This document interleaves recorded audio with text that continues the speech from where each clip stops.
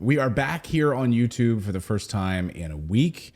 It's because we cover stories that the big corporate media, big tech oligarchs don't want us to cover.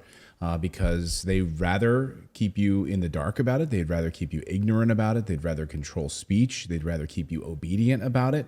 And it's very easy for Twitter and for YouTube and these big tech companies to block speech rather than deal with dissenting voices. Now, we want to say we tried to handle this professionally. Last week on Tuesday, we were speaking to you here on the show when our stream was just cut off. We thought, maybe we had a power outage or an internet outage. And then we got a notice from YouTube that the show from the day before is what they had marked as unacceptable, what they were calling medical disinformation. Now, what we were covering was the release of Pfizer's own documents of the first 3 months of their COVID vaccine administration. So we were looking at that data, and we were asking questions. We were covering Pfizer's documents from Pfizer. From their website. When we asked YouTube to review, the video in question was about 10 minutes long, and YouTube, within less than 10 minutes, said, no, this video will not be reviewed. This call stands. No, they did review it. They labeled it medical misinformation. They labeled it medical misinformation. And when we appealed the video, within 10 minutes, like we said, it was a 10-minute long video. We appealed it, and it took us even like 5 minutes to write the appeal. They only give you, Philip, what is it, like 800 characters? You can't even Yeah, it was pretty ridiculous how little they want you to. Appeal. In our appeal, we explained that here's what happened. We were talking about the newly released documents from Pfizer, from a court order that are confirmed by the CDC, right? And so we covered that story. We did that story, and we appealed it. And the video was about 11 minutes long. And within 4 minutes, the appeal was rejected for medical misinformation. So clearly whatever artificial intelligence did the review didn't actually review the video. Right. And so we used this as a positive to find a new audience over on Rumble. We continued to stream on Twitch. We continued to stream on Facebook. We really appreciate a new audience that we've been able to find and interact with. We love hearing those voices, and we are also very happy to see the old voices back. Now, when we did ask YouTube, can you tell us specifically what here violated their terms of service? I think it's interesting because if you're not a content creator, you might not know that YouTube has no burden of proof to tell you which specific piece they find objectionable. Sometimes they do if it's like Joe Rogan, right? But we are not Joe Rogan. And so we didn't actually get any explanation. That is normally the way. Last summer, something similar happened when we covered the fact that vaccines did not seem to be stopping the spread of COVID. That is true. We now all universally accept that. The show in question that was blocked was something where we asked, do these vaccines seem to be stopping the spread of COVID? Doesn't seem like it. And that also got us a strike. So it's interesting because this is the second time this has happened to us specifically around what we can say about COVID. We are not trying to spread any information at all other than what we all universally can find and ask questions that are uncomfortable. So it does seem like the mainstream media is applauding this shut down the little guy, right? Because they sort of fall lockstep in what we are supposed to think is just do whatever the government tells you when it comes to the pandemic. It's fucking amazing if you think about it. You can say, you said F word. Yeah. Hey, guess what? We can say that now? We can say that. Okay. The thing is, like, you can't really dance around. We're going to continue to cover these stories here on this show. And we should be angry about it. We should be able to cover, when a major pharmaceutical company comes out, I'm not going to say which name it is, comes out and actually lies about data, hides data, and the American people deserve to know that data. By the way, that video that we did where we covered that data went viral. It was starting to go viral. I got a lot of people reached out to me, said we shared this with our friends because no one else is covering that.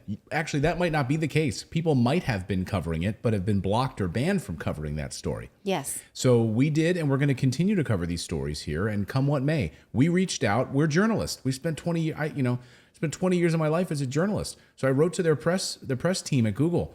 I said, can you please explain what the hell happened here? Yeah. Why exactly are you blocking these voices?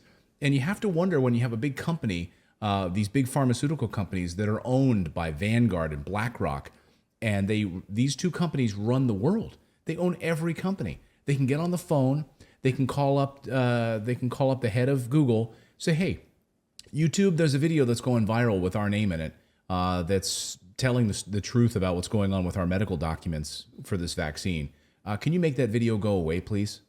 Boom, done. Like, that's just one simple phone call among tech oligarchs. I mean, that's conjecture, right? But it does seem like, I mean, you know, I've been recently thinking about the works of Ben Bagdikian, who had warned us that so much media concentrated in so few hands would result in us having a less impartial and fair and honest media. And back when he wrote this book 20, 30 years ago, right, there were about 50 corporations that control the media. Now there's about 5. It's worse. And this just seems to be the way. Now, it's interesting, when we moved to Rumble, we were able to talk about, you know, we're not the kind of people, we're not pot stirrers. That's not our aim. We just want to ask uncomfortable questions. With facts, backed by facts. Right. And data. And so we had a lovely time continuing to do our show on Rumble. And we're there right now live, and yes. we will continue to be on Rumble. Hello to all of our Rumblers over there. We've got hundreds watching right now. But Good I to see did all hear of you. some people say, like, oh, well, you're just going where crazy people can speak then. Like, oh, that's too bad. They have, and I was like, that's so interesting based on what are you saying this, right? And I have the same sort of bias against certain news outlets that Clayton will show me a story and I'm like, no, we're not doing that. That's from this place. Because but I am willing to look into certain things. I think the platform is less important right now than the concentration of media. So let's talk about Rumble, okay? Let's talk about what has unfolded over at Rumble. Now, Rumble is one of those, and to everyone watching right now, I want you to understand something, right? The context here. We were banned from YouTube now 2 weeks. This has happened to us for reporting the truth, okay? That's available on the CDC's website. Going through their documents on the air live, their documents, us covering that story, we were banned and cut off. Okay, we go to Rumble. They welcome us with open arms. They say we don't censor speech here. You can say whatever you want. We don't censor you. So you can bring your show over to Rumble. We did, and we've had an amazing time. And thank you to these people. Now it's amazing because anytime a channel like this or a company is starting to get bigger and bigger and bigger, now they become a target for woke journalists. They become a target for corporatists who want to censor speech. And that's what's happened to Rumble. So Rumble tweeted today and shared some amazing information about how they have journalists reaching out to them, asking them, why are you not censoring certain voices? Here is what they tweeted today, and this is astonishing. Here's what Rumble tweets. Here are emails we received from the Globe and Mail, demanding to know why we aren't dutifully copying YouTube censorship. It is now common that we receive pressure from journalists demanding that we censor more. See the next tweet for Rumble's response.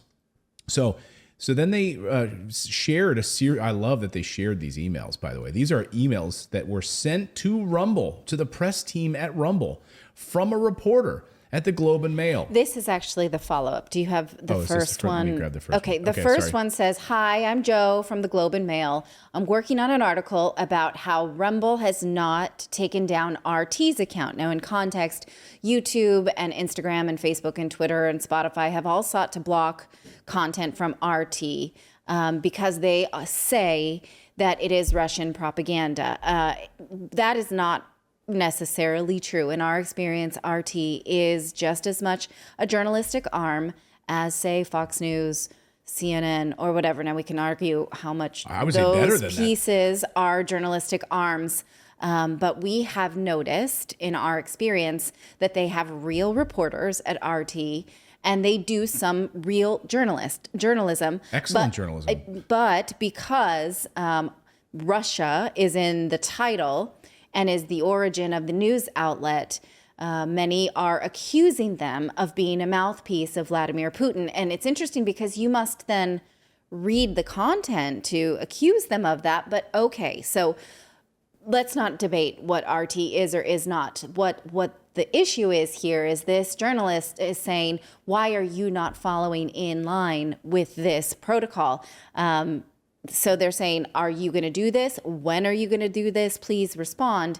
And then the follow-up email, now the next one, please, says, just for some content, I have these quotes here that's sort of context to my story. I feel like this is a journalistic mistake to have done this because it gives away the first one was... Well, explain what people are seeing here. Okay, this is a follow-up to that email from the same guy, Joe. Okay. Right? And he's saying, just for some context, I'm also have some other people here who are going to say the following. So these 2 bullet points you have is, this CEO from this UK nonprofit is saying that Rumble is doing Putin a big favor by hooking up its users to a steady drip feed of Kremlin lies and propaganda. And then I also have this other guy who's an academic who says Rumble's business model says that, they can't block things because they rely on fringe groups.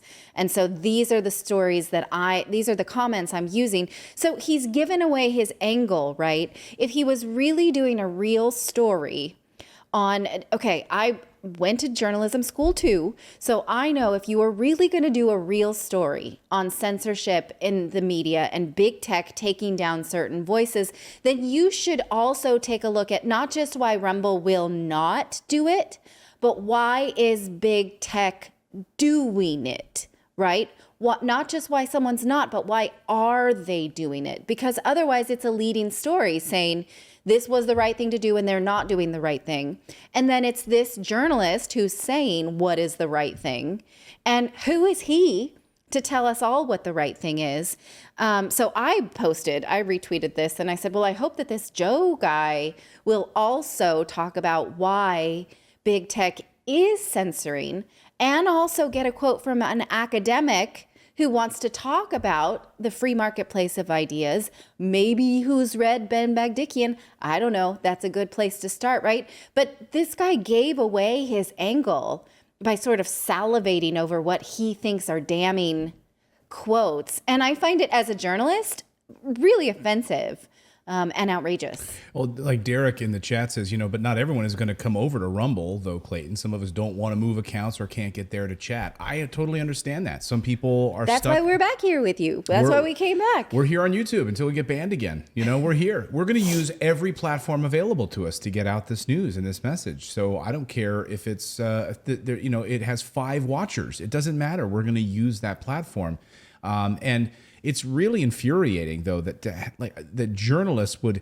It absolutely is showing their colors and their stripes to reach out. And here's the guy, by the way. Here's the journalist, and I love this tweet. He looks exactly how you think he looks. Okay, but let's not make fun of how people look. That's not context here. But I think that don't be condescending. He looks exactly how I think he would look. Let's let him be condescending. Yes, he looks a bit smug, but I don't want that to be. We don't make fun of how people look because even if they say something stupid, okay, we're going to judge actions here. But okay, I get the point that he does look like a smug punk. Mm-hmm.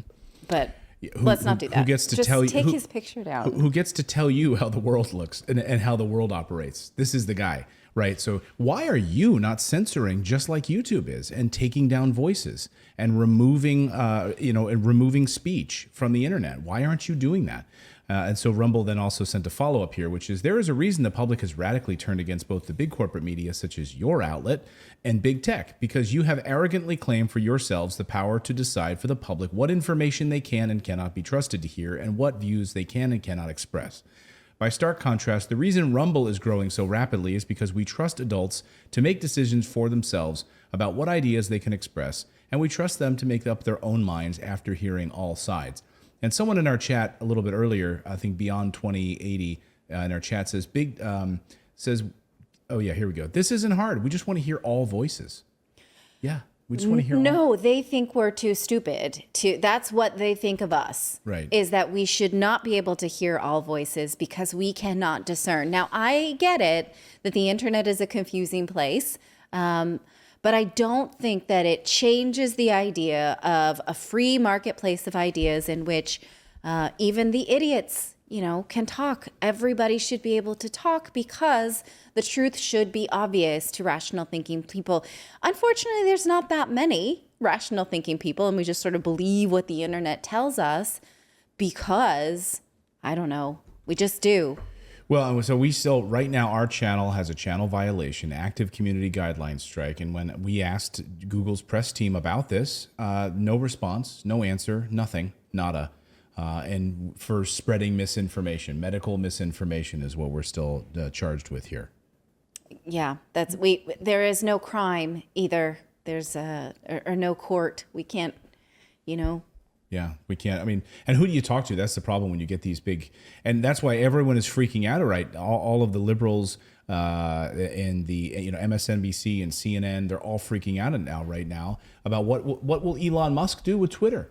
If he literally gets total control of Twitter, which it seems like that's what the angle is happening right now, that he would literally open up the floodgates and allow people to have free speech. Wouldn't that be amazing? Wouldn't that be absolutely amazing? I mean, I think that this free speech argument is, it's been taken so far because, of course, not all speech is protected. Hate speech is not protected. Speech that incites violence is not protected, right? But the idea will continue to be that when those pieces are removed, that we can tell the difference. And big tech is telling us that we cannot, right? You cannot, it's like we're babies. Sorry, you can't see that, like keeping an R-rated movie away from your children. I know personally, I don't trust myself to come up with my own opinion, so I appreciate YouTube letting me know what is and is not. Right. Okay. And does it also tell you what landfill toys to buy your children to make them Yes, love you? I wish it would tell me when to go to bed because I haven't slept in months. I can't figure that out for myself either. This does remind me of Noam Chomsky's quote: "The smart way to keep people passive and obedient is to strictly limit the spectrum of acceptable opinion, but allow very lively debate within that spectrum." What do you think of that? Yeah, I think that's exactly what's happening. I found this Thomas Jefferson quote today as I was just thinking about like John Milton, and he said, even Thomas Jefferson said that it is safe to tolerate error of opinion where reason is left to combat it.